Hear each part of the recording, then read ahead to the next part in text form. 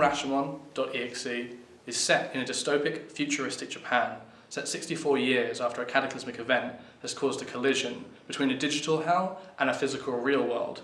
And this gives digital demons access to Japan, allowing them to obliterate all human life outside of Kyoto, the last haven for humanity.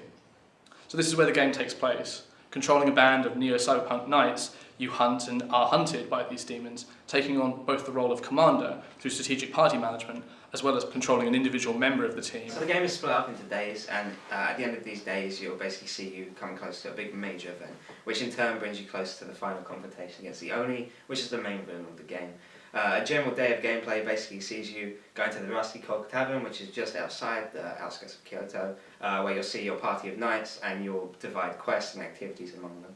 And then you also select which knight you want to actually physically control for the following day, and with this knight you can explore Kyoto, as well as leave the safe haven of Kyoto to go into the field to face off against demons with your knight-specific weapon. And in this field you'll complete quests, gain loot, which you'll use to upgrade your party's equipment, and the day concludes with you revisiting this bar, basically to see the successes and the failures of the knights' activities and deal with these accordingly. So overall, sort of think Darkest Dungeon meets a 2D Monster Hunter. But it's not quite that simple. All the while you're hunting and completing quests, you have to be wary of your surroundings. For demons which have escaped prior battles could be lurking around any corner, stalking the player and waiting for the perfect opportunity to strike. So we've started development of this game on paper, testing out different mechanics and really fine-tuning the balance of the game, going through many different iterations until we found exactly what works to deliver an enjoyable experience. So the knights are here on the evening of day one. We're going to give them what tasks they're going to be doing on the next day. I'm going to send the blue knight to complete this quest, and the green knight to go complete this quest. I'm going to send the purple knight to the barracks to gain some new gear, and the red knight to investigate the main story plot and progress the story further. We're going to be controlling the yellow knight. I'm going to send it to the field. I'm going to give him this quest to complete.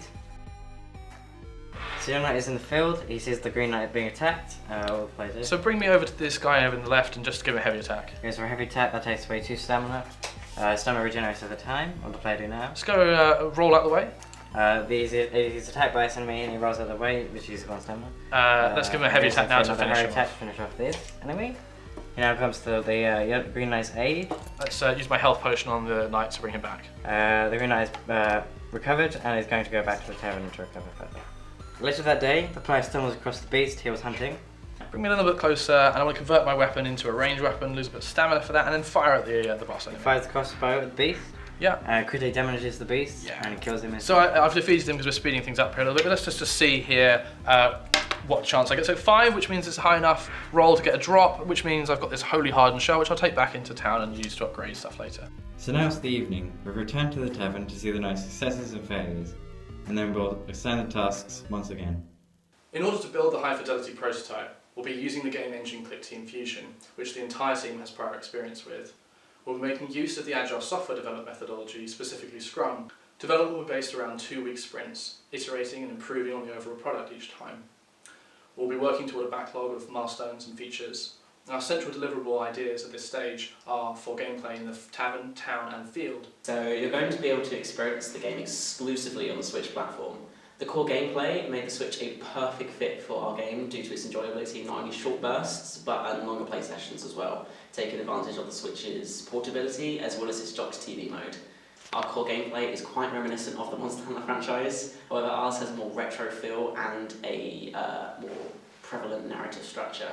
We really wanted to access that gap in the market for Monster Hunter fans who are looking for a similar experience on a new Nintendo platform. The price of the game at retail is around £11.99 via digital distribution. We also think it's reasonable based on the planned 8 to 12 hours of gameplay involved. We plan to advertise our game by sending out press kits containing links to weekly development blogs as well as a plethora of exclusive trailers and screenshots to various game media outlets. To avoid any legal issues, we'll be trademarking our logos and any titles. And the game is open to a possible integration of amiibo functionality in the future, unlocking side quests and gear and expanding the content of our game while simultaneously expanding our brand as a whole. Thank you for listening to our video pitch. We hope to get the game to you as soon as possible.